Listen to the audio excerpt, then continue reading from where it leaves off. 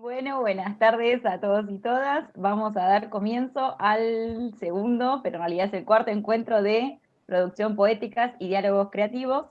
Hoy vamos a estar, bueno, este ciclo que está coordinado entre el área de cultura de la universidad, de la UNICEN, la incubadora de arte Sustentarte y el Centro Cultural Olavarría, en conjunto con la Cofradía Teatral y en particular este segundo encuentro que denominamos Gestión Cultural e Infraestructura Cultural, nos van a estar acompañando Sergio Camarote de la Sala La Criba. La Sala La Criba nace en octubre del 2016, concebida como un espacio independiente comunitario, y ellos consideran que uno de los vínculos para lograr una real integración entre los miembros de una sociedad son las diversas disciplinas artísticas que practica el hombre, y compartirlas, conocerlas y practicarlas nos enriquece como personas, nos torna más críticos y éticamente más comprometidos. Por las características del espacio, el objetivo es generar propuestas para que toda la comunidad pueda disfrutarla y nutrirse. El lugar necesita el apoyo de todos los ciudadanos de Azul. La Criba es un espacio recreativo y de esparcimiento constituido por una plataforma de actividades culturales permanentes donde la impronta del teatro independiente juega un rol trascendente y se constituye como uno de los núcleos centrales de la propuesta. Es también un espacio para desarrollar ofertas formativas y educativas de calidad a través de la ejecución de cursos, seminarios y perfeccionamientos. Y con esta introducción vamos a pedirle a Sergio que nos cuente un poquito más y que pueda profundizar un poco más en lo hermoso y toda la experiencia que estos 14 años, ¿no?, de la Criba nos han aportado a ellos como gestores del espacio, pero a toda la región también, como una sala independiente más. Bueno, buenas tardes a todos.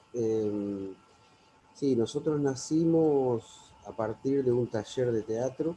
Eh, yo, la vez que terminé de cursar, digo, ¿qué hago con esto? Porque en Azul no había actores como para empezar a armar algo. Y bueno, un taller de teatro. Y desde ese taller de teatro, dos alumnos me proponen plantear el lugar como un espacio cultural. Y bueno, y ahí arrancamos con la colaboración de los artistas, ¿no? Siempre de onda venían a hacer sus muestras y eso. Y ahí empezamos como a transitar nuestra historia. Eh, bueno, pues fuimos creciendo muy, muy lentamente, eh, pero siempre creciendo, digamos. Nunca dejamos de avanzar. Eh, y como decía hoy, tampoco nunca pensando en un lugar que nos permitiera vivir de él. Siempre la cuestión económica estuvo dejada de lado. Sí sostener el espacio desde lo económico, pero no que eso nos permitiera eh, vivir de él. Error o acierto, no sé, pero bueno, nos ha permitido continuar con la actividad durante 14 años. Eh, Al principio nosotros tendríamos que ir programando de acuerdo a lo que a nosotros nos parecía. Bueno, vamos a llamar a fulano, vamos a llamar al otro, Llegó un momento que las propuestas empezaron a invadirnos, porque no había en la región muchos lugares donde poder mostrarse los proyectos principalmente teatrales, y en el sur tampoco los musicales. Por lo tanto, el espacio empezó a tener una dinámica de todos los fines de semana, muchas funciones, muchas bandas tocando, eh, y ante eso, bueno, tenemos que empezar a armar una comisión directiva para poder gestionar, porque dos personas llevando adelante un espacio con tantas propuestas era muy difícil. Sí. Así que, bueno, ahí empezamos a ver la parte legal. eh, y bueno, decidimos constituirnos como asociación civil, para lo cual necesitábamos 14 miembros.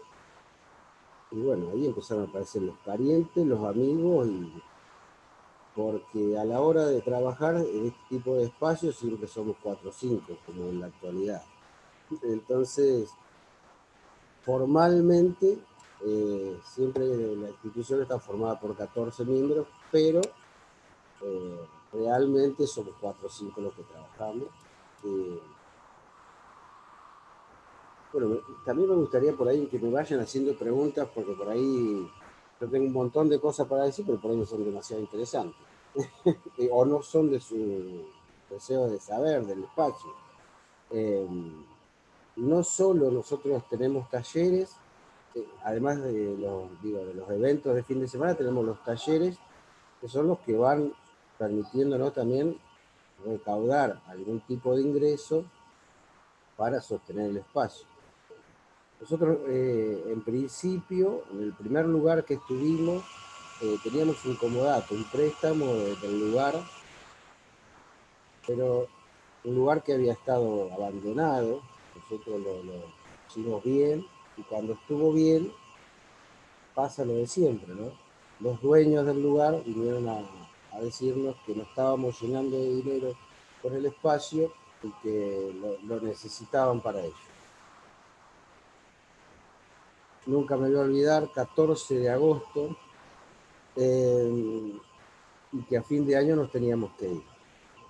Bueno, teníamos ahí esos meses para ver qué hacíamos.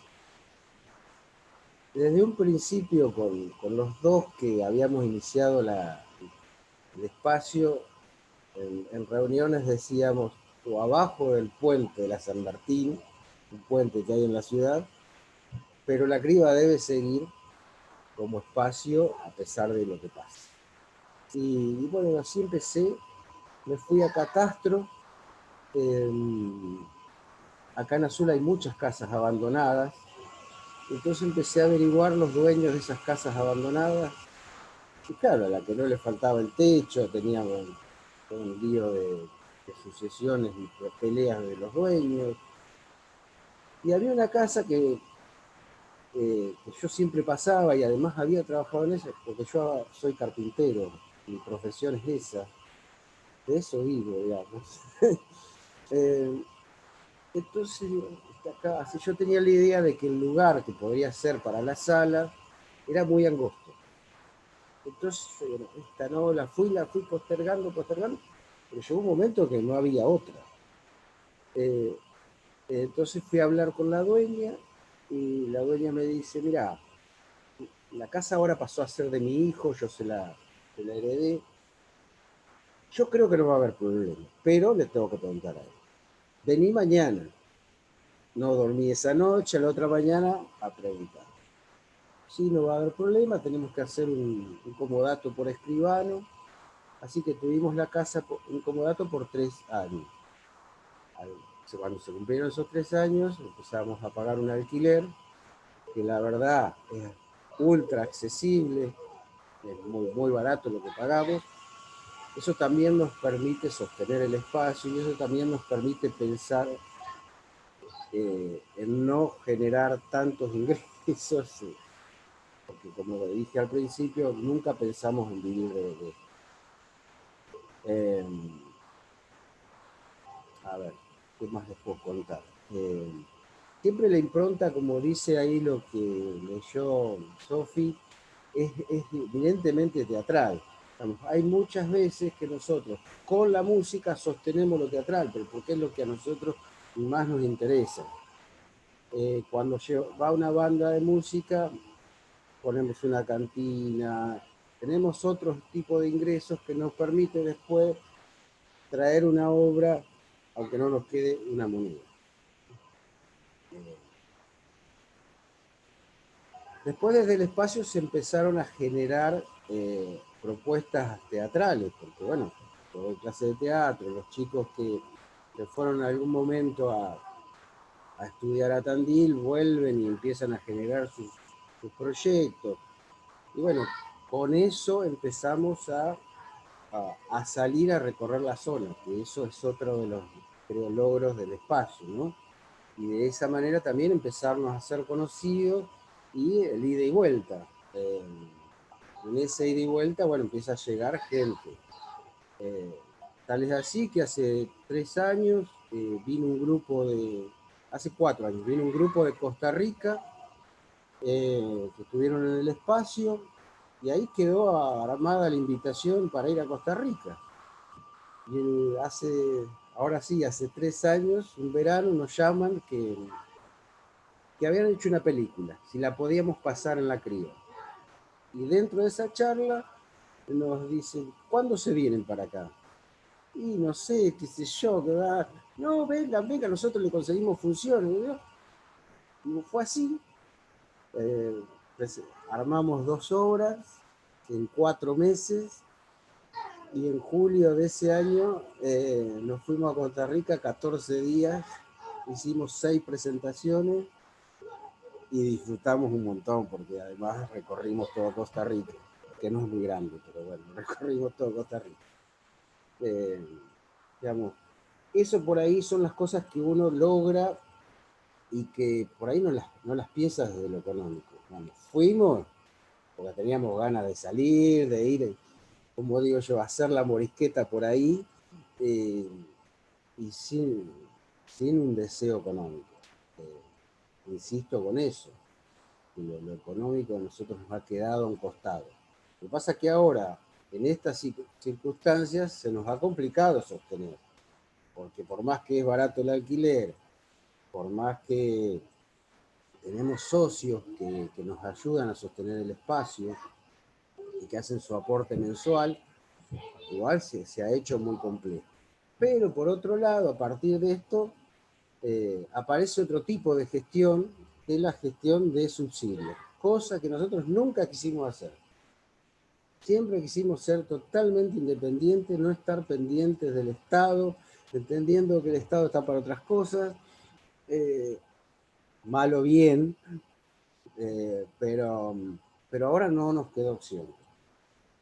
Y hablando con quienes estamos ahí al frente, decíamos, al final nos conviene no hacer nada y gestionar subsidios porque nos han llegado un montón de subsidios y la verdad que hemos podido sostener y estamos haciendo cosas. Ahora estamos construyendo un escenario móvil para ir a poder hacer los espectáculos en las plazas, en los parques, en donde sea, a partir de toda esa gestión que se pudo hacer durante esta pandemia. Bueno, Bueno, voy a aprovechar tu pausa para interrumpirte. dale. Sí, buenísimo, sí, porque No, por ahí hay un montón de hermoso. cosas. No, pero vamos a aprovechar que justo ahí Clau estaba preguntando en el chat. Bueno, Pepo dice, damos fe por las hermosas gradas construidas en la sala. Y Claudia pregunta, dice, el año pasado creo que estaban haciendo una campaña para equipar con butacas. ¿Pudieron lograrlo? ¿Con qué equipamientos, mobiliarios, tecnologías cuentan hoy para recibir elencos, bandas? Y si cuentan con la habilitación como espacio cultural o sala teatral. Y por último, esto que ya lo estabas respondiendo, si tienen o tuvieron algún acompañamiento oficial. Pero por ahí está bueno esto de la cuestión de los equipamientos que tienen en la sala o cómo los han ido gestionando. Sí, nosotros hemos tenido mucho acompañamiento del Consejo Provincial de Teatro, cuando estuvo Martín y ahora en esta nueva gestión. Pero porque yo siempre sostuve que el dinero de la provincia destinado para los teatreros es de los teatreros. Y desde ahí es que, más allá de los gobiernos que pasaron, eh, punto aparte, nosotros seguimos pidiéndole. Porque si no, Martín siempre nos decía, si ustedes no lo piden, esto se pierde. Entonces desde ahí nos quedó metido eso y siempre fuimos pidiéndole. Desde ahí tenemos una consola de 12 canales programable, doble escena, 12 par 300, 2 pines, 2 Fresnel, eso es lo que respecta a luces. Después el sonido, tenemos una consola potenciada de 6 canales, con 2 baffles, un baffle potenciado. Compramos las butacas, compramos 70 butacas, y el espacio necesita 55, así que ahí nos quedan un resto, que no sé si vamos a armar otra salita por ahí, Y a ver qué más tenemos. Comprarme la butaca. Bueno, y eso sería lo que tenemos de tecnología. Hicimos todas las gradas nuevas. En el verano trabajamos, pero muchísimo, hicimos todas las gradas nuevas, que no las hemos podido estrenar prácticamente, porque hicimos 2 funciones, la última el 16 de marzo, y se cortó. Así que esas gradas que quedaron hermosas, y las butacas las tenemos, pero todavía no las hemos instalado, porque recién ahora estamos empezando a ir. Hace 2 meses empezamos con los talleres, pero a otro tipo de actividad no vamos. Limpieza más, nada más. Sí. Estaba ahí pensando, digo, nosotros cuando arrancamos este ciclo, Chamula estaba reclamando todavía por el espacio y Sí. bueno, hace unas semanas creo, ya anunciaron Alquilaron. que consiguieron un espacio para poder, bueno, alojar sus actividades. Y estaba pensando en esto que vos contabas de, bueno, de los comodatos y de los alquileres y ahora todas las refacciones y todos los arreglos que están haciendo en la sala. Digo, qué importancia es pensar, digo, a veces desde el lado ciudadano, por decirlo de alguna manera, en tener, bueno, esto, dueños de propiedades que por ahí, digamos, Sí. lo hacen de una manera más accesible para que esos espacios alojen, espacios culturales, teatrales, y también, por otro lado, qué importante también es poder pensar desde el Estado algunas políticas que acompañen digamos, a que esos espacios puedan ser efectivamente propiedad, digamos, de las salas o de los distintos espacios culturales, porque si no siempre terminás pensando por ahí en, bueno, en este caso ustedes consiguieron un alquiler más accesible, pero si no siempre el peso se va en pensar en el alquiler o en cómo sostener, digamos, regularmente las actividades para cubrir ese alquiler, y no en la mejora o en cómo poder potenciar o mejorar las salas, ¿no?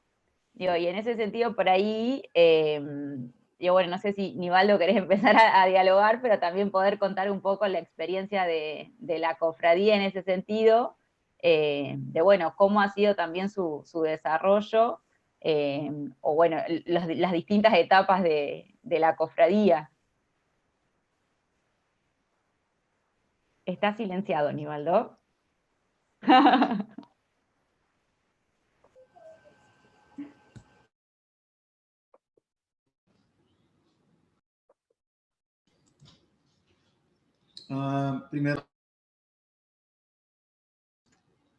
Primero, Sergio, decirte que en tu voz, en tu calidez, en tu gesto y en el gesto de los compañeros que tengo aquí al frente, que los tengo a todos, creo que verdaderamente habita lo que yo pienso que es un gestor, ¿no? Un gestor para mí es un poeta, tiene como oficio cuidar la poética. Para mí un gestor tiene el oficio de servir, el oficio ese de desplazar una vocación artística por el hecho de abandonar el ego del artista para ayudar a construir otros espacios para que otros puedan crear, para que otros puedan dialogar de lo creativo mientras que uno se ocupa en problemáticas que de alguna manera tienen que ver con la poética, pero que verdaderamente lo que hacen es distraer. O sea, mi respeto, mi cariño, mi admiración por lo que haces. Y de verdad que es bacanísimo ver cómo las palabras de unos habitan en seres humanos como tú. Entonces eso me agrada muchísimo, poder saber que eso pasa, que eso existe. Porque a nosotros nos ven como los mercantilistas, nos ven como la gente que no quiere el teatro, la gente que está pensando en la comisión, la gente que está pensando en el comercio del arte, en la gente que quiere prostituir el arte, y no como las personas que hacen posible el cuidado de la poética y que a veces, no sé si la gente los artistas no lo han entendido o no lo han comprendido, antes de iniciar un proceso creativo, sin querer queriendo, a veces hay una decisión administrativa, así sea que sea invisible para ellos, siempre hay una decisión, siempre hay una acción administrativa, siempre hay un preludio de la gestión para mirar dónde van a salir los ingresos, así sean para los buses, los almuerzos, la comida, los insumos, el espacio para guardar la escenografía, el espacio del ensayo, qué vamos a intercambiar para jugar a eso de la preproducción, qué esos elementos. Y mira que sí, estaba haciendo la tarea tuya, hice todo el panorama de lo que me estabas contando. Entonces, pero en esta cartografía que tengo de tu trabajo, sí me gustaría, para ya yo ahorita comenzar a hablar, cómo es tu diálogo con los públicos, cómo es el diálogo con el desarrollo de los públicos, porque por ejemplo, veo que hay unas etapas donde tú tienes unas temporadas fines de semana y hay unas nuevas aventuras en la poética con los artistas que vinieron a profesionalizarse a Tandil. Pero esos públicos anteriores y ¿cómo conquistan ustedes al público? ¿Cómo lo enamoran? ¿Cómo empatizan? ¿Cómo llegan a ellos o ellos cómo llegan a ustedes? Ese pedacito me hizo falta aquí como para cerrar como toda la cartografía, ¿no? Bueno, esto que vos decías al principio, en mi decir, en mi hablar, yo creo que ese es mi trato para con la gente. Y desde ahí, cada uno que llega se enamora del espacio por la calidez, por el trato, y desde ahí es que vamos cautivando al público. Ahora, ¿cómo llegan al espacio? Acá la forma de convocar es por las redes, pero por otro lado, por mi profesión, yo soy tercera generación de carpintero, como que mi familia también es conocida, y desde ahí, en una ciudad chica, desde ahí también me conocen, y desde ahí también vienen a ver qué es lo que hacemos. Igual, hemos tenido etapas que ha sido muy conflictivo convocar al público, muy difícil. Lo primero que se recorta en nuestras ciudades es el arte, y desde ahí también la gente prioriza otras cosas. Entonces, nosotros hasta el 2017 veníamos trabajando muy bien, y de ahí para adelante hubo que remar mucho para convocar al público. Remar llamamos a trabajar mucho para convocar al público. Pero a fin del 2019 habían empezado como a moverse otra vez y nos tocó. Nosotros, por ejemplo, no nos ha funcionado el tema de hacer eventos con streaming, ese tipo de cosas, no nos ha funcionado. O porque lo empezamos tarde, o porque la gente no se acostumbró, no sabemos bien, no tenemos un estudio de mercado en ese sentido, pero no nos acompañó. Nosotros tenemos un festival que hacemos en las vacaciones de invierno, que es en fines de julio, principios de agosto, que hace 12 años que lo hacemos, y donde la verdad que cada función, nuestro espacio es para 60 personas, pero a cada función van 100 chicos, porque sacamos las sillas, porque van sentados, porque los chicos se ubican en cualquier lugar.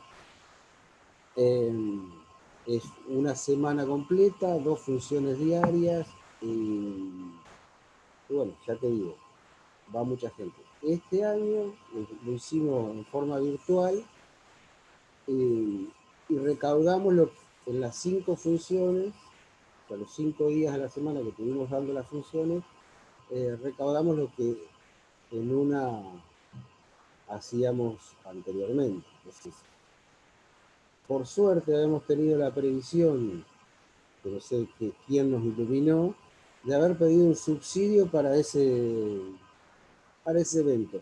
Entonces pudimos pagarles a los artistas desde el subsidio y no de lo que se generó con las entradas vendidas por este sitio. Pero en realidad lo que nosotros hubiéramos pretendido es que se hubiera solventado solo el evento y que el subsidio nos hubiera servido para mejorar el espacio.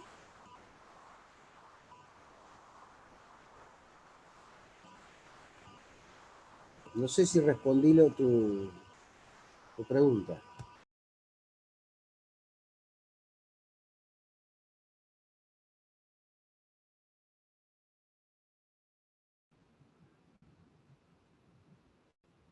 Mi computador está como lento. ¿Me escuchan bien? O sea, mi computador está lento, le doy una orden y se demora. Bueno, mira, maravilloso, maravilloso. Yo voy a tratar de contarles qué pienso yo de muchas cosas para luego pasar por ahí. Claudia, soy todo tuyo, de todos ustedes para que me pregunten, ¿vale? Que lo que la gestión cultural para mí es lo que yo te dije, o sea, a mí siempre me han dicho, Nivaldo, tú eres un gran gestor cultural. Yo le digo, yo no soy gestor cultural, eso yo no lo estudié en ninguna parte, pero sí sé qué puede hacer, cuáles son las variables que un gestor cultural podría tener para lograr ciertas cosas.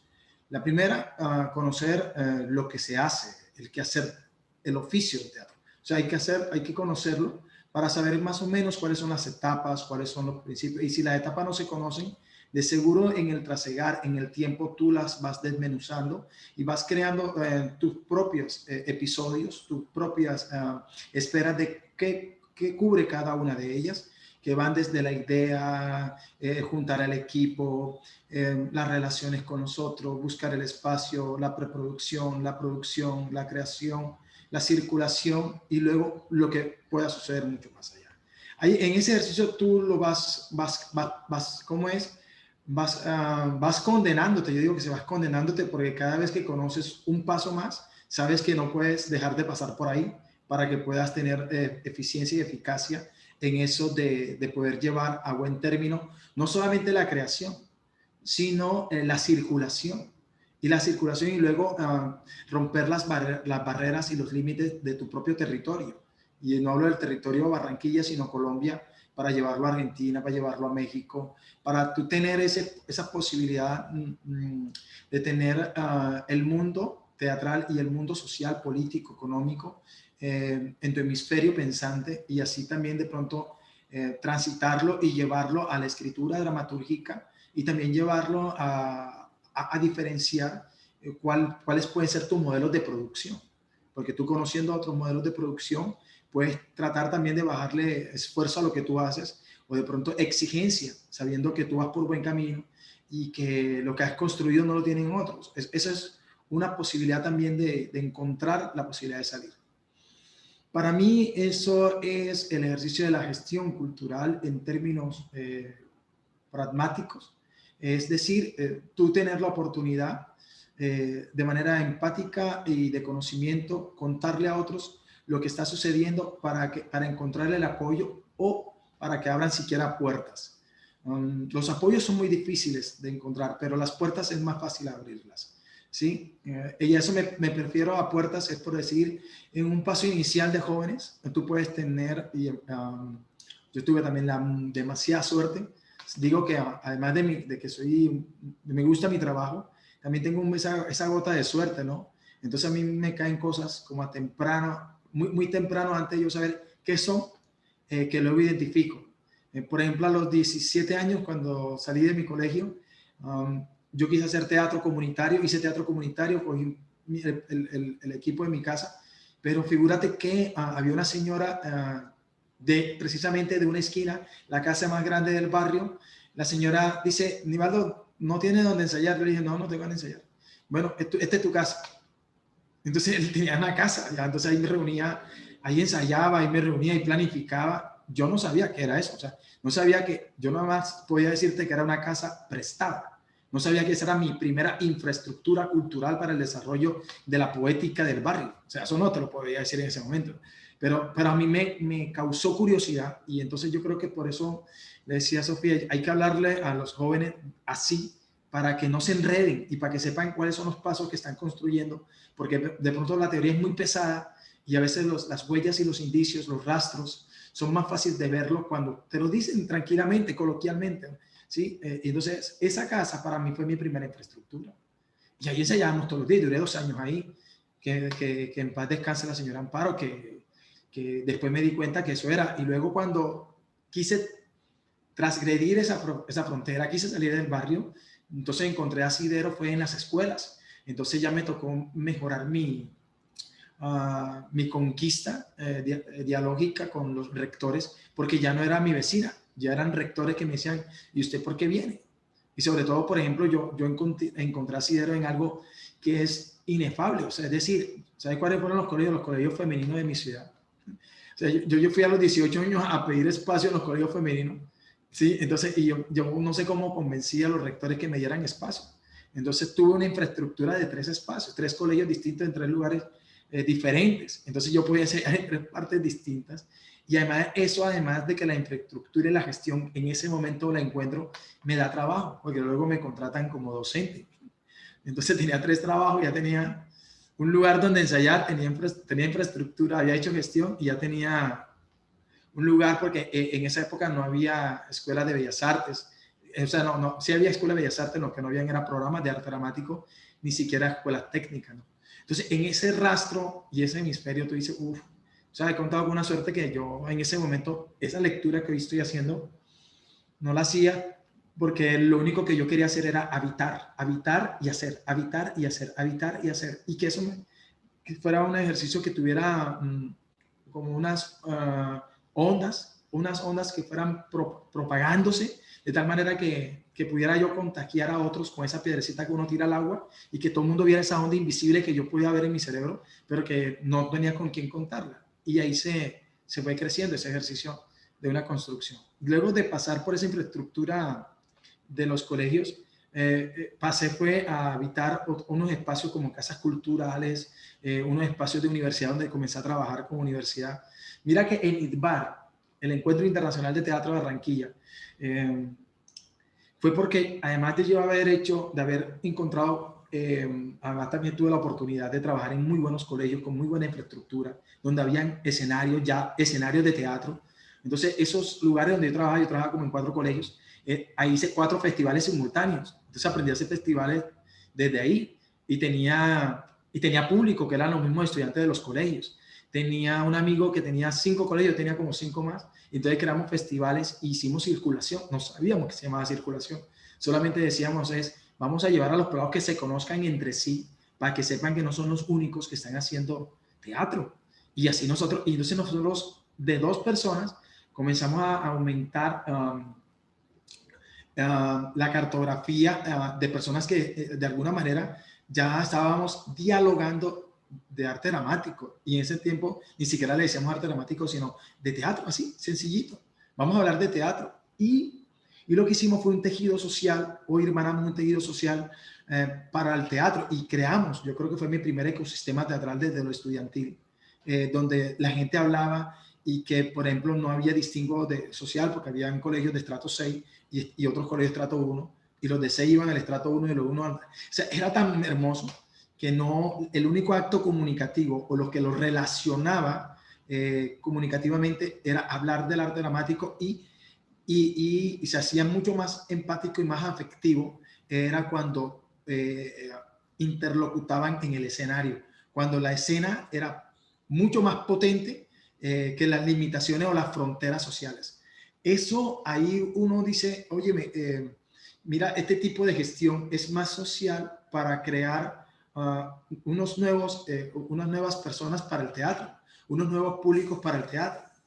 Pero mira que al hacer ese tránsito, entonces ya me comencé a buscar gestión, y yo decía, mire, es que yo soy profesor del colegio tal. Y la gente me decía, no, pero es que nosotros los colegios es otra cosa. Nosotros necesitamos un gestor de proyectos profesionales. Yo decía, ¿en qué me he equivocado yo, no? O sea, ¿será que qué pasó? Entonces yo renuncié a los colegios y me fui a las universidades. Entonces busqué trabajo en las universidades y encontré asidero en las universidades. También he tenido mucha suerte en eso. Entonces, en una universidad donde me dieron la oportunidad, tenían un festival intercolegial y universitario de teatro, pero tenían algo que yo no había hecho en los demás, que era que tenían una infraestructura logística. Entonces ya ellos tenían transporte, tenían presupuesto, o sea, había una cantidad de cosas, y yo dije, ¿ves? ¿Será que sí? Entonces yo me fui donde el rector de la universidad, le dije, mire, ¿será que usted me apoya y no hagamos un festival? Vamos a hacerlo más grande, vamos a hacer un festival internacional. Me dijeron que no. Entonces, bueno, listo. No, entonces seguí un año y fue cuando comencé a fortalecer más la formación de público. El crear la autogestión de crear público, pero el crear público me tenía que dar una financiación. Y cómo yo podía convencer en una tierra desértica donde las artes escénicas estaban muy arraigadas y muy atrapadas por el Carnaval de Barranquilla. ¿Cómo hacer eso? Y lo hablaba con Claudia la vez pasada, era que yo tenía que hacer como una especie de descolonización del teatro y ponerlo en otro lugar. Y entonces lo saqué de febrero a marzo y lo puse en el mes del área del idioma, el mes del niño. Me involucré ahí, me agarré de eso y comencé a crear un ejercicio transversal donde se me daba la oportunidad de cobrar y de gestionar. Y cuando yo siento que eso es posible, yo dejo la universidad, me dedico a esto y hago el Encuentro Internacional de Teatro gracias a la formación de público y a pensar que tenía que habitar otros espacios. Y pasé de la universidad, ahí sí, pasé ya con los ojos cerrados a descubrir, ¿no? Creo que descubrí simultáneamente, porque para uno es más fácil evitar los gastos y una cantidad de hacer proyectos, de hacer esto, de hacer lo otro.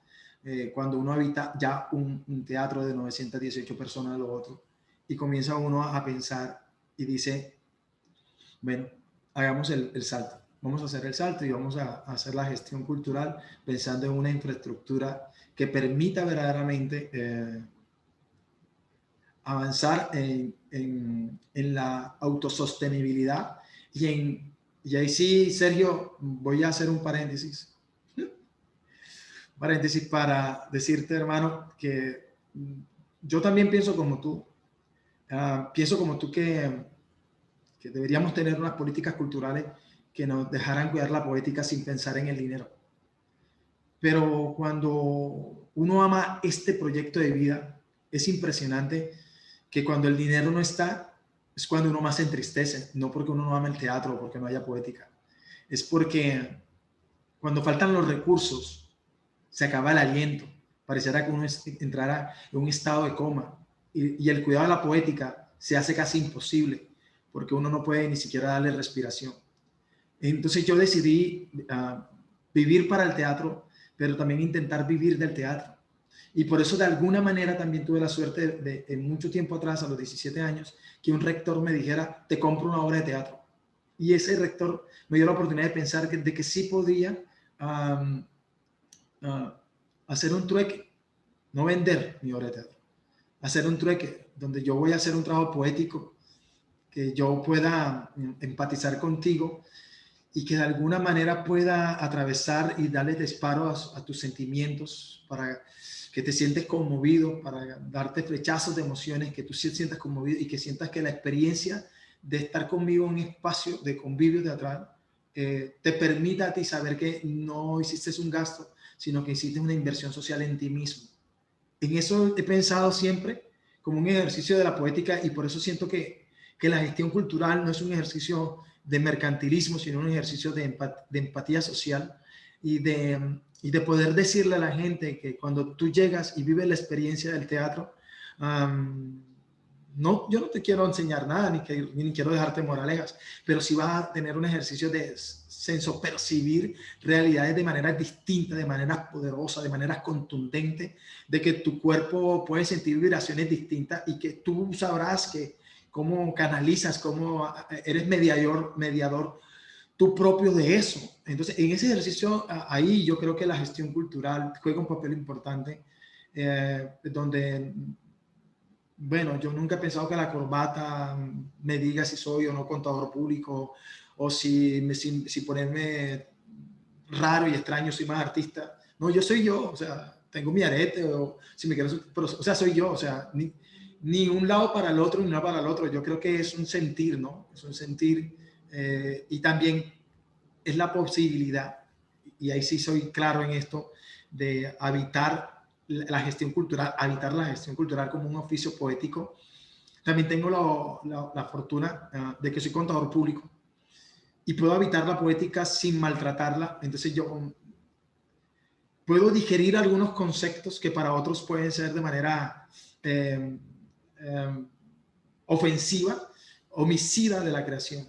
Pero para mí no, para mí son simplemente conceptos que además tengo mi poética, la poética de todos nosotros debe de alguna manera sobrevivir al capitalismo, debe sobrevivir a la falta de recursos, debe sobrevivir a que es un oficio de alto riesgo, debe sobrevivir a la falta de políticas culturales. Y cuando digo sobrevivir, no desde el sacrificio, no desde la angustia, no. Sobrevivir en el ejercicio de resistencia, la persistencia, la pertinencia, en el acto de resiliencia de la creación para que sepan que estamos vivos. O sea, sobrevivir no es que estemos muertos o que estemos angustiados. Sobrevivir es que cada día estamos más vivos para estar de pie, para que las dificultades y los obstáculos no sean un pretexto para yo odiar mi oficio o arrepentirme de mi oficio. No, es para yo volverme, si verdaderamente soy un ente creativo, debo ser creativo para todo, ¿no? Entonces, para mí, el acto y el oficio de la gestión cultural también debe ser interdisciplinario, transversal, debe ser transdisciplinar, debe jugar con el ejercicio de... Y en el caso tuyo y el mío, se lo preguntaba a Claudia sobre si ella había tenido la experiencia teatral, me decía que fue lo primero que hizo, pero luego se volvió a la gestión cultural.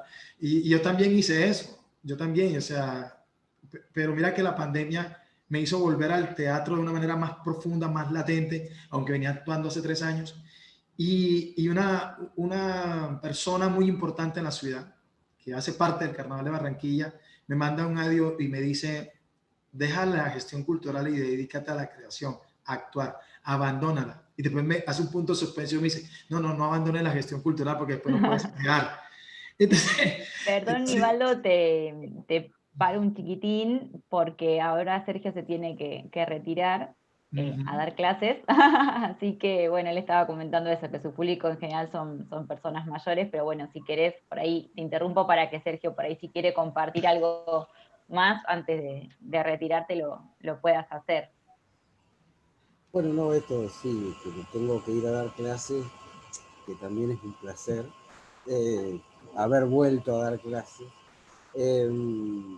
No, por ahí esto que vos decís, Nivaldo, me despierta un montón de cosas que por ahí uno las tenía pensadas en algún momento, pero que la vorágine del hacer te va desviando de ese camino. Esto de trabajar con los chicos de los colegios para mí siempre ha sido una idea, pero bueno, muchas veces el estar solo al frente del espacio con estas ideas no me permitía ampliar ese panorama, pero ahora con la llegada de estos chicos que estudiaron en la universidad en Tandil y eso, es muy probable que cuando la pandemia y el COVID nos deje, empecemos a buscar ese camino, por lo que yo había puesto ahí en el chat, que nuestro público en general son gente mayor, que es la única que consume teatro en la ciudad, no solo en nuestro espacio, sino en los otros espacios. Es muy difícil, nos ha resultado siempre convocar a los jóvenes. Aunque hagamos propuestas para jóvenes y eso, nos ha resultado complejo. Entonces esto de buscar en los colegios, no sé quién llegó. No, Clau se está retirando, así que se fue abrazo, Clau. Bien. Y me perdí. Esto de trabajar en los colegios, la verdad que es una materia pendiente. Nada, eso, agradecerte y espero que lo que sigan diciendo quede grabado, así yo lo puedo tener para por ahí Nivaldo me tira algunas otras ideas. No, gracias. Y vamos a seguir, ¿esto se va a seguir o esto acá corta? ¿Cómo sería? Este es el último encuentro, pero todos los encuentros anteriores ya están grabados, así que en breve los subiremos seguramente, así podemos volver a vivirlos, revisar y compartirlos también. Muchísimas gracias, Sergio. Ha sido un gusto, la verdad, conocerlo y bueno, de alguna manera seguiremos en contacto. De seguro que sí. haces otra gira por Colombia el año que viene. Y bueno, todo puede ser, todo puede ser. Todo puede ser. Una cosita más, esto Sí. de las poéticas que dice. Por ahí yo hago un teatro para esta ciudad, porque cuando intento hacer otro tipo de teatro, que es que por ahí a mí me gusta, no me da resultado respecto al público. Entonces, voy mechando. Por ahí hago algo de lo que a mí me gusta, eh, y muchas veces hago de lo que le gusta al público. Pero bueno, estaría bueno poder hacer siempre lo que a uno le gusta. Sergio, yo comparto, antes que te vayas, Sí. yo comparto ese pensamiento tuyo. Y lo único a lo cual a mí me mantiene como tranquilo es que yo siempre digo, como esta cuestión donde nunca ha existido el teatro y donde hay mucho tiempo que han trabajado y todavía es más duro para ellos, yo siempre he pensado que hay cosas que yo no voy a disfrutar. Yo sé que hay cosas que no voy a disfrutar, entonces intento disfrutar entre los malos y buenos momentos, la creación que me gusta y la que no me gusta, porque sé que no me va a tocar muchas cosas que quisiera que me tocaran. Entonces eso a mí me hace sentir más tranquilo y entonces a veces sí me atrevo a hacer lo que yo deseo, así la gente no lo vaya a ver, pero eso es como un respiro, porque estos cambios generacionales, mientras que la gente se va formando desde la diversidad, desde la diferenciación de las diferentes formas, nos toca a nosotros jugar el papel de ese.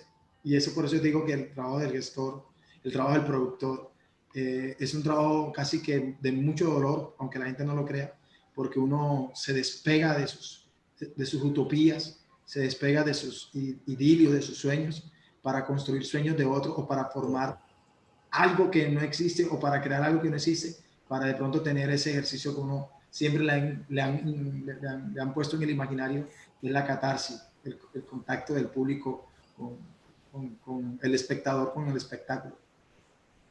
Sí, bueno, ahí también Muchísimo. tenemos para recuperar, Sergio, te queda el primer encuentro de formación de público que tiene mucha información sobre Buenísimo. esto. Muchísimas gracias por estar. Chao, chao. Abrazo grande. Bueno, acá teníamos algunos comentarios que fue aportando Clau, que los podemos recuperar. Dice, entiendo que ambos generan desde sus espacios trabajo para que profesores y artistas ejerzan su profesión. Lo que observo es que Nivaldo desde muy temprano decidió vivir de esta profesión de artista, gestor, además de generar oportunidades para otros. Bueno, y también dice, también pensaba que la posibilidad de comprar una casa para convertirla en teatro es similar a lo que están atravesando Marcela Juárez y Alejandra Casanova con el Club de Teatro, que fueron logrando año a año darle sustentabilidad al proyecto en 20 años de trayectoria. Y tal vez Pepo pueda comentar un poquito, así que sí, estaban invitadas Marcela y Alejandra, pero bueno, tuvieron algunos inconvenientes y no pudieron estar, así que también es una experiencia súper valiosa de nuestra región para compartir. No sé, Pepo, si te animás a contar un poquito del recorrido del club. Sí, cómo no. Bueno, antes de contar lo del club, digo, me parece muy interesante a la reflexión que llegué con lo que hoy decía Aníbaldo y con respecto a lo que generó Sergio desde sus comentarios, que todo se basa en el poder de la convicción, ¿no? Que es algo que uno trata todo el tiempo de pasarle a los estudiantes, que yo digo siempre que convicción es con verdad, y uno si tiene la verdad tiene la mejor arma, y es su verdad, no es la verdad absoluta, pero es su verdad, es la mejor arma para poder avanzar en lo que quiere.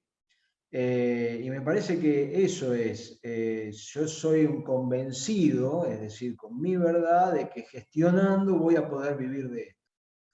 Y no es vivir en la opulencia, sino en la supervivencia, en la sobrevivir, como decía Aníbaldo. A mí me parece que eso es como la reflexión más importante que me queda con respecto a lo que estaban comentando. Y el camino del club de teatro fue también un camino quizás de una noche romántica, de ideales que tuvieron Marcela y Alejandra, donde se quedaron sin trabajo concretamente en una escuela que cerró, que era una escuela privada, y donde las dos trabajaban, y esa noche dijeron, abramos un espacio, buscaron un lugar y en comodato al principio les dieron el fondo de un lugar acá en el fondo del Cervantes, del Teatro Cervantes, donde volteando paredes, poniendo el esfuerzo de amigos, empezaron a construir una sala a la que yo me sumo al año, o a los 2 años de creada, y donde trabajé durante 20 años también, y donde al principio empezó con ese espíritu de club de teatro, donde había 2 o 3 talleres para distintas edades. Después empezó a surgir que también se formó un elenco estable. Después del elenco estable, cada taller tenía su producción final a fin de año, donde se empezaron a crear elencos paralelos, donde se empezaron a crear grupos de teatro independiente desde adentro del club para afuera, y donde muchas de las personas que pasaban por el club de teatro después se encaminaban a un camino profesional y también se metían en la Facultad de Arte para estudiar teatro.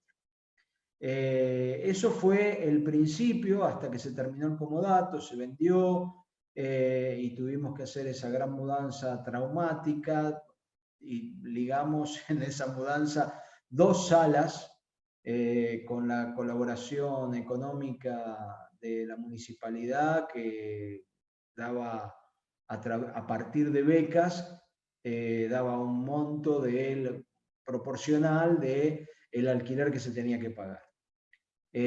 Así siguió creciendo el club, con una actividad constante. Durante los fines de semana había funciones en las 2 salas, generalmente los viernes, sábados y domingos, y durante toda la semana clases, pero no para 2 o 3 talleres, sino que no nos alcanzaban las 2 salas para dar todas las clases que se daban. Había en un momento casi 500 estudiantes, 500 personas que participaban de la actividad del club. Con un montón de equipo docente que tenía que ver muchas veces con gente graduada de la Facultad de Arte. La línea de subsidios siempre se pidió con la idea y con el sueño de tener la casa propia, hasta que hace 4 años más o menos, creo que fue, no me acuerdo bien, se consiguió y se otorgó el subsidio para la compra de la casa, que ahora es una constante transformación, porque están las 2 salas alquiladas más la casa, y que lentamente se va a ir transformando en irse solo a la casa y construir una gran sala, porque es un galpón enorme, prácticamente son como 2 salas en la fábrica de tamaño, es un lugar inmenso, pero con la posibilidad de que el lugar que ocupa la casa también tenga espacio para actuar. Se inauguró haciendo obras en el patio, obras donde se iba circulando por adentro de la casa, y ahora con este año de la pandemia se decidió desde el club que no se iba a trabajar de manera presencial, porque con nuestras idas y vueltas a los distintos niveles de la posibilidad sanitaria, digamos, de poder dar clases o no, era como mucho lío. Entonces las titulares decidieron que no se iba a dar clase, y que se mantuvieron algunos talleres de manera virtual. Y sí, lo que están es gestándose obras. Hay un elenco muy importante de teatro oscuro, que ya lleva como 8 años de obras que se están haciendo de teatro oscuro, y además un elenco que construye obras desde la dramaturgia de algunos que trabajamos ahí, y que están ensayando de manera virtual a través de Zoom y qué sé yo, y con la esperanza de que el año que viene se pueda volver a las salas. Eso es el camino más o menos del club, pero siempre bajo la batuta, el mando, la dirección de las dos titulares, Marcela Juárez y Alejandra Casanova, con su generosidad, que nos han dado trabajo a un montón de gente, de artistas independientes y un montón de jóvenes, sobre todo, que han participado ahí. Eso es más o menos lo que puedo contar, siendo uno de los participantes nomás, no uno de los dueños. Pero sí, una historia maravillosa de muchísima gente que pasó por ese lugar.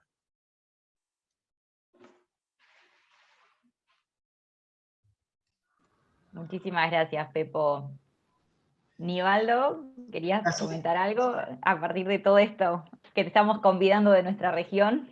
Sí, es una réplica del proyecto que nosotros tenemos en Casa Teatro Cofradía, que para allá quería terminar, pero como este es un documento que la idea es que quede registrado para quienes lo vean como unos rastros. Entonces he intentado llevar como una línea argumental o anecdótica para que ellos vayan viendo y se vayan viendo por qué lugar van para el ejercicio de la gestión cultural. Sabes que yo daba una clase que se llama agenciamiento, entonces yo no sabía qué era agenciamiento y yo comencé a investigar todo y eso lo di hace como 6, 7 años, porque siempre era gestión cultural, gestión empresarial, desarrollo de proyectos culturales, la escritura de proyectos culturales, también desarrollo de presupuestos, todo este tipo de cosas y formación de público. Pero cuando hablamos de agenciamiento, es una instancia muy lejana, pero muy cercana a lo que yo pienso de lo que es la gestión cultural.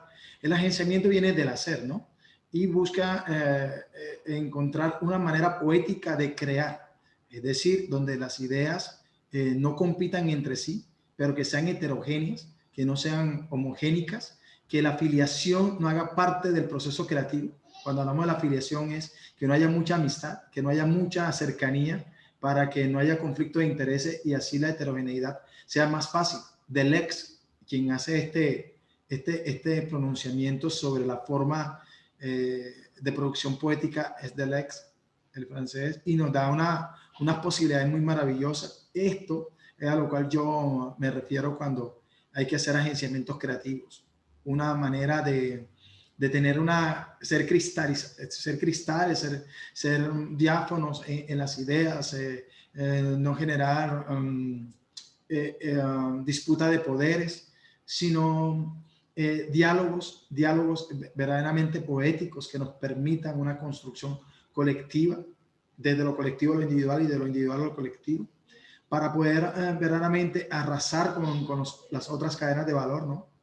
Porque si una idea no germina, no hay creación. Si un colectivo no tiene acuerdo intersubjetivo, no hay creación. Y cuando hablo de eso, hablo de unipersonales, soliloquios, monólogos, todos. Estoy hablando de todos, no de grupos, asociaciones de 2 o más personas en una escena. Bueno, pero quería dejar ese apunte porque me gustó muchísimo el relato de cómo funciona el club de teatro y cómo el club de teatro también hace una exponencia,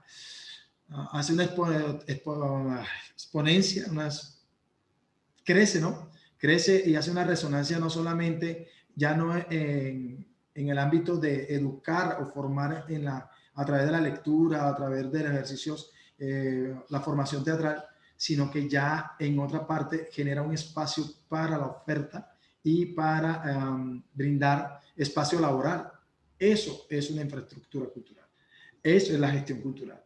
O sea, ahí es donde genera empleo, donde genera un ejercicio de oferta y demanda. Entonces yo voy a retroceder un poquitico para quedarme un minutico y muy pequeño en lo que es la economía creativa. La economía, oferta, demanda, mercado. Para no inventar más nada. Oferta, demanda, mercado. Y creativa, que tiene que ver con la creatividad. En ese ejercicio, good with, not how, y derechos de autor, patentes. En términos como muy sintéticos, para no avanzar. Pero en ese orden de ideas, yo te digo que la economía creativa para mí, no no para el sistema de un país, sino para el sistema de un equipo de trabajo creativo. La economía creativa debe ser y debe basarse en la inversión, en primera instancia, en la inversión de la inteligencia emocional y cognitiva de su propio equipo. Un equipo que dure en el tiempo, un equipo que se convierta en compañía teatral, un equipo que permita una mejor gestión cultural. Porque yo puedo hacer gestión cultural, pero si no tengo equipo, si no tengo compañía, ¿cómo hago una gestión cultural? ¿Cómo provoco? Y además, después de eso, invierto en mi equipo, una economía creativa que genere transdisciplinariedad. Es decir, tú nada más quieres ser actriz o actor. Sí, perfecto, pero eso, vives en Latinoamérica, vives en Colombia, vives en Barranquilla. Tienes que o aprender a maquillar, o a ser vestuarista, o escenografía, o manejar luces, o manejar escenografía, pero todos tenemos que generar como un circuito interno, un micro ecosistema de creación multidisciplinar que nos permita generar proyectos no solamente creativos, sino sociales. Y cuando hablo de esto es generar, por ejemplo, talleres de vestuario, talleres de esto, talleres de lo otro, talleres de lo otro, y que así esa autogestión individual permee en la autogestión colectiva. Y cuando hablo de la colectiva, ya en la tranquilidad del equipo de trabajo para gestionar, porque siempre nos está persiguiendo las obligaciones personales. Y las obligaciones personales diluyen el esfuerzo a la creación. Diluye, y por eso es que tú ves que se disipan o se autodestruyen los grupos, porque es que el mismo capitalismo le exige a uno otro tipo de cosas. Y creo que nosotros los directores de teatro, la mayoría, en una medida, a veces vivimos más de la docencia que de la creación, de la gestión que de la creación, de los talleres que de la actuación. En el caso mío, ¿no? En el caso de mi territorio, creo que eso es una posibilidad muy latente que existe y que es la única. Y miren que nosotros no tenemos la política cultural que tienen ustedes en Argentina, que es obligatoria la educación artística. O sea, nuestros artistas deben buscar un lugar de trabajo, deben crearlo, deben provocarlo, y eso está bien, pero deberíamos tener una política cultural que de siquiera permitiera en el ámbito tener una tranquilidad económica, sino a todos, a una gran parte, para que esos gran partes pudieran ayudar a formalizar y a organizar la producción poética, porque hay una tranquilidad desde la seguridad social, desde todo esto. Bueno, continúo, o sea, porque si no me quedaría ahí y no terminaría.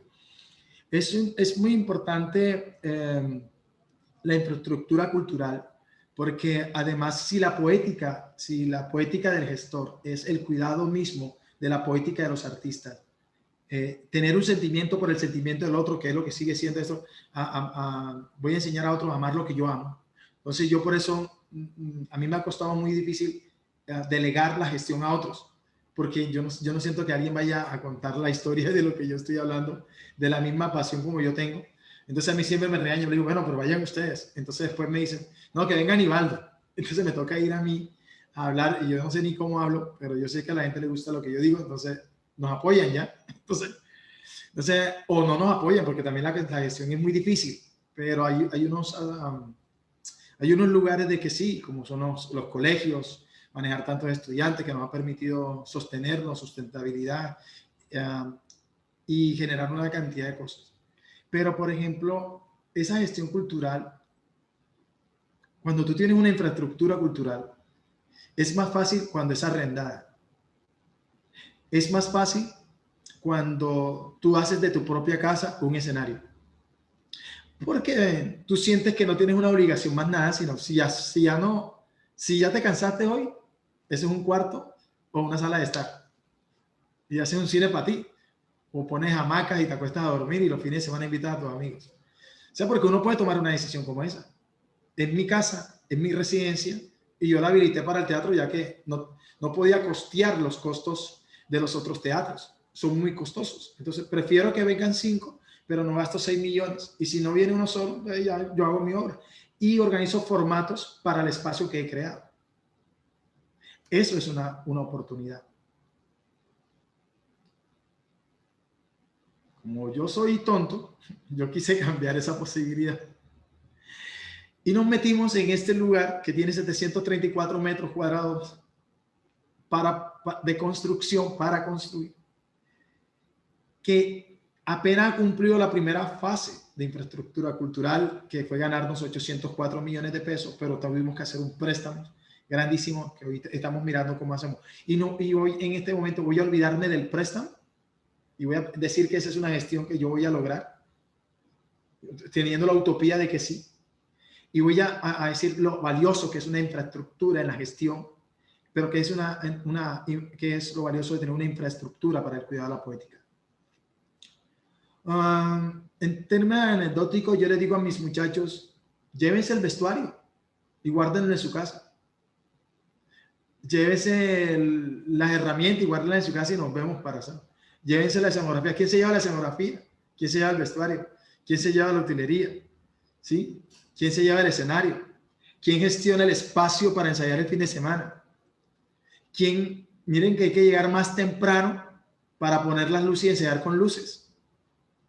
Miren que hay que llegar temprano porque hay que armar y después desarmar la escenografía. ¿Tú sabes lo desgastante que es ese ejercicio? Uno no lo ve cuando tiene 20 años, pero cuando tiene 49 como yo, ya se vuelve fastidioso. Entonces nosotros pensamos de que era bueno arriesgarnos una vez más, ya no solamente en la gestión para la creación, la preproducción, la circulación de proyectos creativos, sino tener, desde hace 3 años teníamos un espacio alquilado muy grande de 300 y pico de metros cuadrados, que ahora se lo voy a mostrar.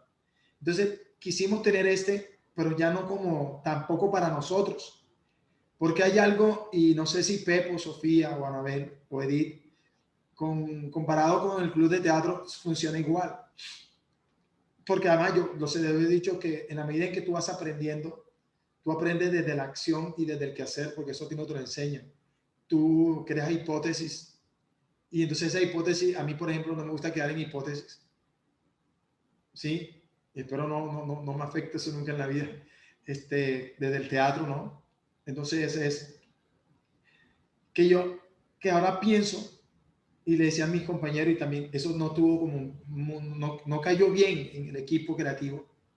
Yo le decía, un año después de haber habitado esta casa, le decía, ¿saben? He entendido que esta casa, esta infraestructura cultural, no necesita a Cofradía Teatral como compañía. Somos un peso, podemos destruirla, porque no podemos gestionar la casa y seguir actuando al mismo tiempo. Nos vamos a autodestruir. ¿En qué momento hacemos lo demás? Entonces, cuando tú tienes una infraestructura, hay algo que es importante que tienes que hacer. Es que tienes que despegarte, que es como si fuera, eso no es propiedad tuya, aunque sea tuya. Es una propiedad de una comunidad, de un ecosistema teatral que debe darse. Por eso yo estoy en la lucha de esto. Y entonces la han habitado. Aquí, por ejemplo, se han grabado 20 obras de teatro. Se han hecho festivales. Han venido mucha gente. Estamos pensando en hacer un club de lectura. Estamos pensando en hacer tertulias. Si no tuviéramos la pandemia, hubiésemos hecho festival de cine pero con otras organizaciones, no con nosotros. Porque es que necesitamos que otros vengan y la habiten. Nosotros solo no podemos habitarla. La infraestructura cultural es necesario, es tremendamente necesario para acabar con lo invisible que está el teatro, porque sí hacemos acciones, pero una infraestructura como esta, que todavía apenas va en la compra, que todavía no tiene los diseños, que todavía no tiene el reforzamiento estructural y que tiene que tener un teatro de 200 personas, un café libro, 2 salas de teatro, 2 salas de ensayo, una cafetería, una terraza para audiovisuales de 230 metros cuadrados. Esto no ha nacido y ya lo hace. Entonces, una infraestructura invita necesariamente, y ojalá que así lo vea el gremio y así lo vean las entidades territoriales, invita a la creación de una comunidad para las artes escénicas donde pueden converger la poesía, las artes plásticas, el audiovisual, para circular, para crear, para guardar escenografía, si verdaderamente podemos invertir en una infraestructura que no sea del Estado, que de alguna manera sea de una entidad, que haga soñar a otros de que sí podemos tener, a través de esta ley de espectáculo público, lentamente tener propiedades propias para este tipo de posibilidades creativas, para este tipo de sueños colectivos, de imaginarios colectivos que antes, para mí, yo no pensé que fuera a ser capaz de ganarme 800 millones de pesos. ¿Sí? De que me hubieran podido dar un préstamo tan grande, bueno, porque nosotros hemos tenido proyectos muy grandes, y ahora tenemos que abocarnos, y estoy trabajando para eso, en trabajar en la calidad, en la estética, en una muy buena calidad de gestión, en que la infraestructura se vea vital, que sea vital para la sociedad, que sea vital para el teatro, que sea vital para las artes. Y por eso agradezco de sobremanera que ustedes me hayan dado esta oportunidad de contar esta historia, porque para mí es una historia que todavía no tiene un fin, que vamos a mitad de camino, que todavía nos toca arriesgar, que ojalá yo pueda terminar esta historia y la pueda ser un legado, y no que haya tenido que contar la historia y decir, me tocó venderla para devolverle la plata a todo el mundo. Y bueno, pero lo intenté y no lo logré, pero por ahora lo estoy intentando, y espero que la calidad con la que estoy haciendo el trabajo con mi equipo, individualmente y colectivamente, como siempre lo he dicho, permita suavizar el oído de mucha gente y nos den trabajo, o venga el mecenazgo, o nos ganemos la ley, una ley que está en la 647, creo que es, 627, no me acuerdo ahora, sobre una deducción en impuesto del 165% para quienes nos den proyectos creativos, nos donen en proyectos creativos, en proyectos de inversión social, y a través de esos proyectos, esas ganancias que nos den, de más, podamos pagar la casa. O seguir haciendo como veníamos antes, que teníamos proyectos grandes y pagar la casa en un año. Todo eso se sabrá el año que viene. Por ahora, la gestión cultural y la infraestructura cultural, cuando están juntas, pueden generar un dominio y una extrapolación de lo que se quiere, porque no es lo mismo ir a la oficina de alguien a hablarle de gestión cultural que invitar a alguien a un lugar donde habita el teatro, donde habita la creatividad, donde tú pasas y ves un vestuario, donde tú pasas, ves una luz, donde tú sabes que se hizo algo, donde tú sabes que la infraestructura cultural que tú tienes ahí habla por sí sola. Yo tenía antes un dicho, y con esto concluyo para que me puedan hacer preguntas si hay. Yo decía, mi nombre es Nivaldo Castro, pero eso no importa. Lo que importa es la gente que hace teatro detrás de mí, la gente que yo represento. Si usted viera cuánta gente depende de mí, de la respuesta que usted me dé cuando yo salga de esta oficina, no me diría que no. Y eso me resultaba. Pero bueno, ahí voy. Entonces, hoy es la casa. Hoy no es lo que está atrás, es lo que está dentro. Y lo que tú tienes que venir a descubrir lo que está dentro. Y cuando salimos fuera de la casa, la gente sabe que detrás de nosotros hay un lugar que nos ayuda a proteger la poética. Y espero que ese mensaje llegue a donde tiene que llegar, donde tenga que llegar, para que sepan que iniciamos un proyecto, que iniciamos un proceso y que no nos acobardemos, que no hemos sido cobardes, que no hemos tenido miedo al fracaso, que nos da pánico, claro, sí, pero no le tenemos miedo y que estamos aquí. Entonces, termino presentándoles dos cosas y ya, para que quede en el registro. Pantalla, compartir.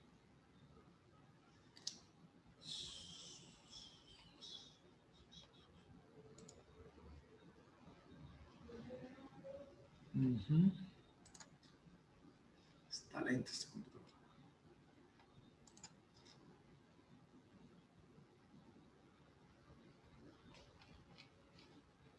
Esta era nuestra sala anterior. Esta que está aquí era nuestra sala.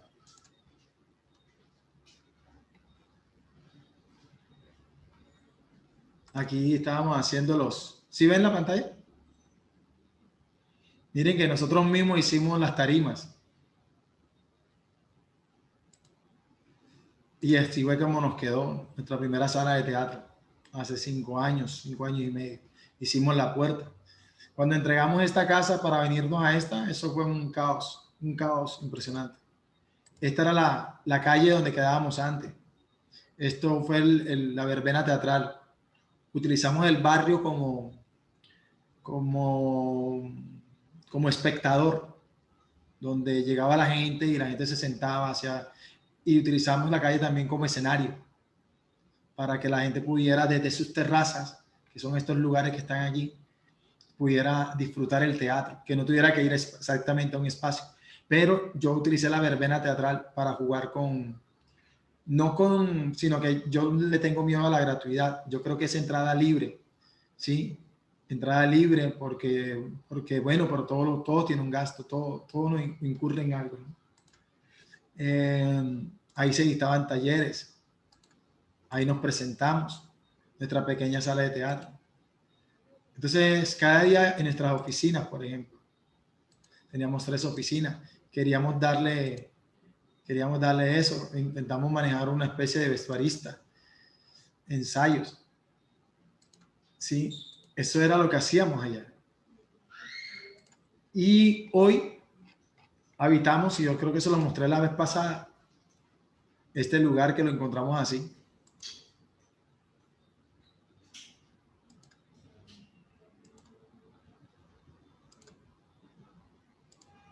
Y hoy es así.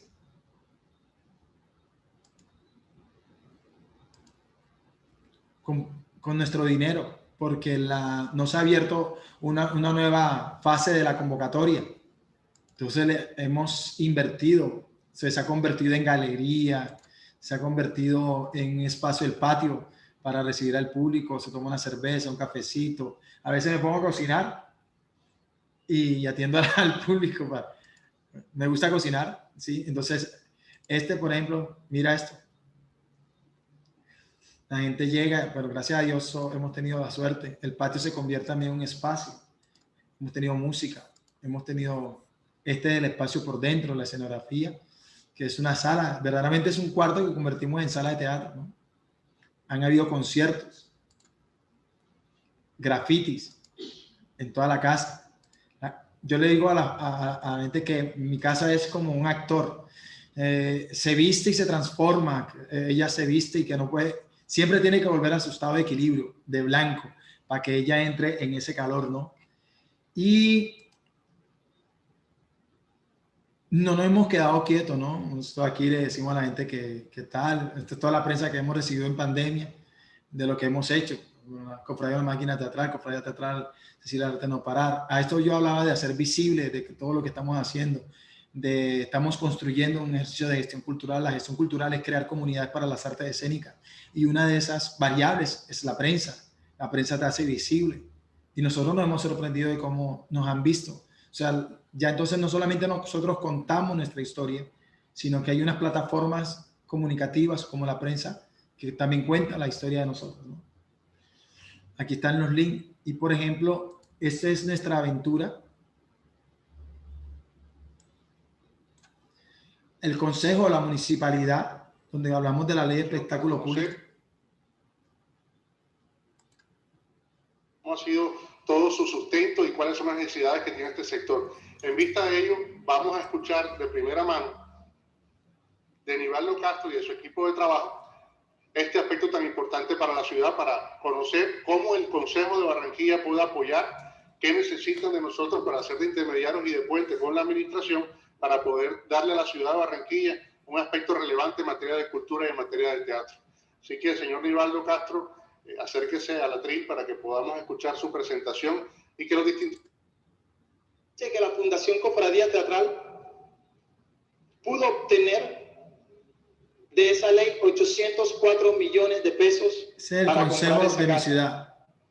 Pero nosotros tuvimos que poner el 20%, que fueron 210 millones de pesos. Y que existimos en el lugar del Prado, que este año cumple 100 años, que tenemos 134 metros cuadrados para invertir a la cultura, donde puede haber muchas cosas. Queremos que la conozcan y que nos ayuden. La segunda propuesta como dificultad. Lograr, y esta sí es utópica, pero eso fue lo que nosotros encontramos. Y no le digo por... Y esto es lo que también poner en boca de nuestros... las que ejercen, las instituciones educativas que ejercen labor. Pronunciamiento de la autoridad. Tú eres un héroe el tratar en nuestra sociedad barranquillera de impulsar el teatro, porque nosotros tenemos unas condiciones históricas con respecto al teatro en Colombia que lo hacen especialmente difícil. Yo dejo una pregunta, y es una pregunta como ciudadano. Una pregunta que ojalá se convierta en una política cultural.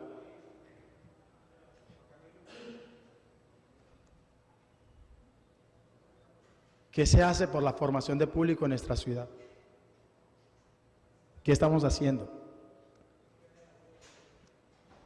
Hoy tengo 48 años, abuelo de una niña de 8 meses, y a los 13 años decidí hacer teatro. A los 19 ya lo tomé como proyecto de vida, pero no había ni oferta. Recursos ni oferta ni demanda que el Estado le brinda por que esta ciudad tenga un espacio cultural y sobre todo teatral. Yo soy testigo de hace mucho tiempo vienes luchando por el Festival de Teatro aquí en la ciudad de Barranquilla y que es un espacio muy importante. Yo creo que el Consejo privado y no recibiendo los recursos que debería recibir el arte en Barranquilla para que ustedes sigan creciendo, porque es que en Barranquilla nos hemos enfocado en algo y es importante y creo que lo hemos sacado adelante y debemos de ir por esa línea, debemos seguir en esa línea, y es que el deporte y la cultura sacan a nuestros jóvenes del flagelo de las drogas y de la... Que se ha hecho la gestión tanto en el terreno de lo público y lo privado. O sea, que no nos hemos quedado quietos, que la gestión sigue permanente, que es una gestión noble, que es una gestión siempre llena del servicio, ¿no? Porque si el teatro sobrevive, es un servicio, es un bien que le pertenece al pueblo, pero si muere, no hay un bien que él pueda tener a la mano. Y que de alguna manera hay que, mientras que se consiguen las políticas culturales, hay que también jugar la misión o jugar en el terreno del capitalismo para tratar de ir avanzando simultáneamente en la conquista de algunas cosas sobre políticas culturales, pero también en la conquista de no perder la vida esperando que los sueños no se hagan realidad o que lleguen desde el cielo o algo así, no sé cómo decirlo, pero yo sí creo que hay que disfrutar lo que uno hace, o si no uno debería dedicarse a otra cosa, ¿no? Para estar perseverante, o sea, tratando de buscar cosas, pero también para disfrutar lo que uno hace. Yo paro aquí, espero que haya podido decir algo interesante. Gracias. No, me parece que todo es muy interesante. Sí, métele, Pepo, métele. No, yo agradecerle enormemente a Aníbaldo el impulso de vida que nos da, porque es así. Realmente es un placer haberte conocido y esperar a los miércoles para charlar un ratito y ver cómo uno se emparenta con gente que tiene su energía, la tuya, Aníbaldo. Así que me parece que fue muy, muy provechoso para nosotros y te lo agradecemos enormemente. Muchas gracias.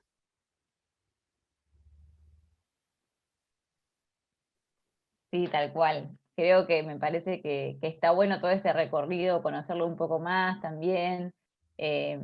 Bueno, creo que es como un poco el horizonte y que también esto que decías a lo último de, bueno, disfrutar también, ¿no? Son esos sueños y hay cosas que quizás no lleguemos a ver porque, digo, estamos alimentando procesos que bienvenido sea que nos excedan, pero me parece que en ese que nos excedan también hay un montón que podemos ir disfrutando en el día a día y que está bueno que así sea, y que son proyectos de distintas escalas muchas veces, que quizás no todos son quizás tan grandes, pero que en las pequeñas acciones o en los pequeños proyectos también van nutriendo estos grandes proyectos o estas grandes ambiciones que tenemos. Ahí, Edith, bueno, igual chicas, si quieren habiliten el micrófono y hablen, porque ya estamos, ya estamos en confianza.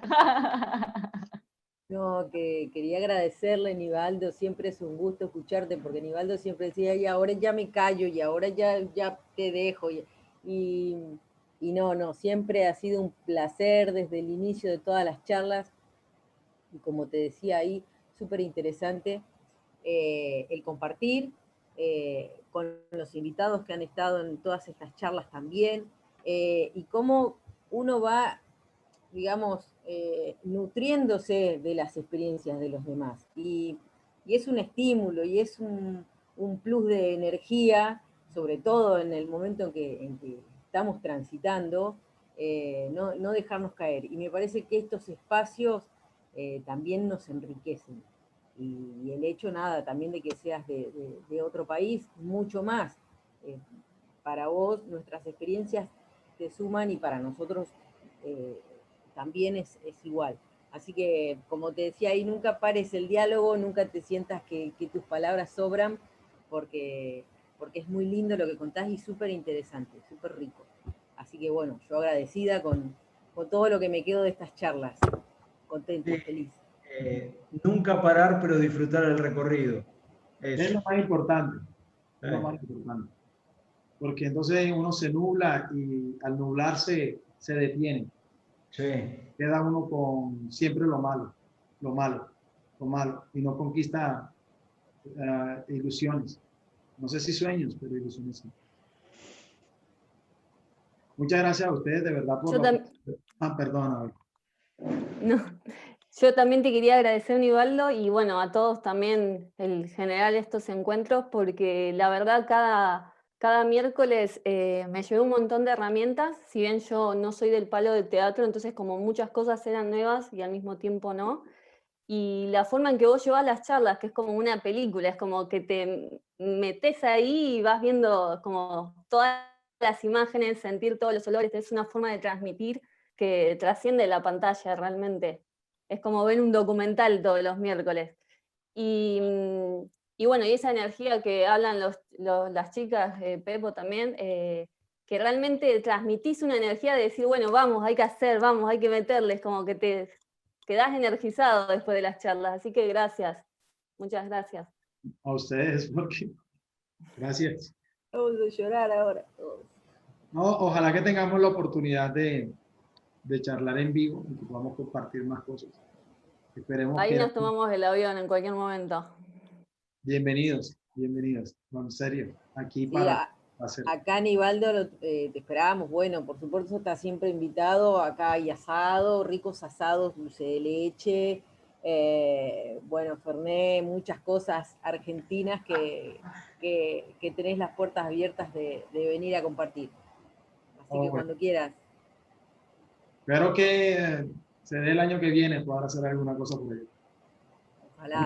Gracias de verdad, Sofía. Muchísimas gracias por darme la oportunidad de charlar, de enriquecer mi discurso, de aprender a dialogar, porque hay una de las cosas que me encanta a mí en el proceso de aprendizaje es la honestidad. Entonces, la honestidad en el sentido de que vamos construyendo un discurso que no es el mismo discurso que uno charla aquí en la localidad, que el discurso cuando uno escucha y el oído de uno se vuelve dulce ante un acento argentino precioso, que lo llena uno de cariño, que lo llena uno de confianza, de poder decir lo que uno tenga que decir y no figurar ni llamar la atención, porque creo que una de las cosas por las cuales me lancé a pedir esta charla es porque yo no quería inventar nada, tampoco quería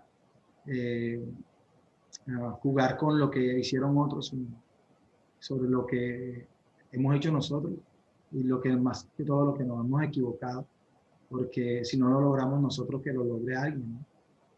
Pero el teatro tiene que construir teatro y el teatro debe seguir adelante, o sea, si nosotros no podemos, bien, o sea, no pasa nada, pero si otro lo logra, también es bueno aplaudirlo, y la idea no es convertirnos en competencia del otro, sino o ayudarnos y encontrar unos caminos que no tengan que ver con la ideología, sino unos caminos que verdaderamente nos permitan, si no les gusta la palabra sostenibilidad, que nos permitan vivir bien y mantener a nuestras familias y crear tan tranquilos. Como quiera que lo digas, al final tienes que ir a pagar en la tienda el arroz, la manteca, el aceite, y si vas a la playa también tienes que pagar. Eso no es gratis. Entonces, muchas gracias, de verdad. Se les quiere mucho y bueno, para una próxima oportunidad tendremos otras cosas más que conversar. Muchísimas gracias. La verdad, un placer todo sí, aplausos, este ciclo. Sí, creo que también incluso para nosotras, bueno, primero como grupo de trabajo que nos hemos ensamblado un poco para coordinar esto, fue una experiencia súper amena y linda de compartir, y también con todas las experiencias que han estado acompañándonos, que también son compañeros, colegas, compañeras que transitamos un poco el hacer de la región, y que este taller también nos dio la excusa para encontrarnos y discutir o charlar un poquito más allá de como la necesidad concreta, que muchas veces nos cruzamos con pedidos específicos de, bueno, una función acá, una actividad allá, como de repente fue darnos el ratito para pensar, para profundizar, y sobre todo para soñar, que me parece que es como lo más hermoso que hemos, creo, recuperado en estos días, la esperanza de que estamos en el camino correcto, por decirlo de alguna manera, no porque haya uno bien o mal, sino porque es el que nos nace o el que estamos convencidos de que es el que queremos habitar. Así que yo también me voy muy optimista, muy contenta de haber compartido este ciclo. Y bueno, sin duda quedan abiertas un montón de líneas y de ideas y cosas para seguir conversando, y que ojalá nos sigan encontrando desde este hacer en otros encuentros, ¿no? Y bueno, nosotros ya sacamos pasaje para Barranquilla, ya estamos anotadas, cuando se abran las fronteras nos tenés allá. Aquí hay donde quedarse. Bueno, muchísimas gracias, Pepo, ahí de fierro, acompañando todos los encuentros. Para nosotros, yo también le voy a tirar flores a Pepo, porque para mí Pepo es un maestro, Claudio también. Digo, gente con la que una se forma y también alimenta los sueños y nos habilitan a soñar en el cotidiano. Así que, nada, yo también voy a tirarte flores a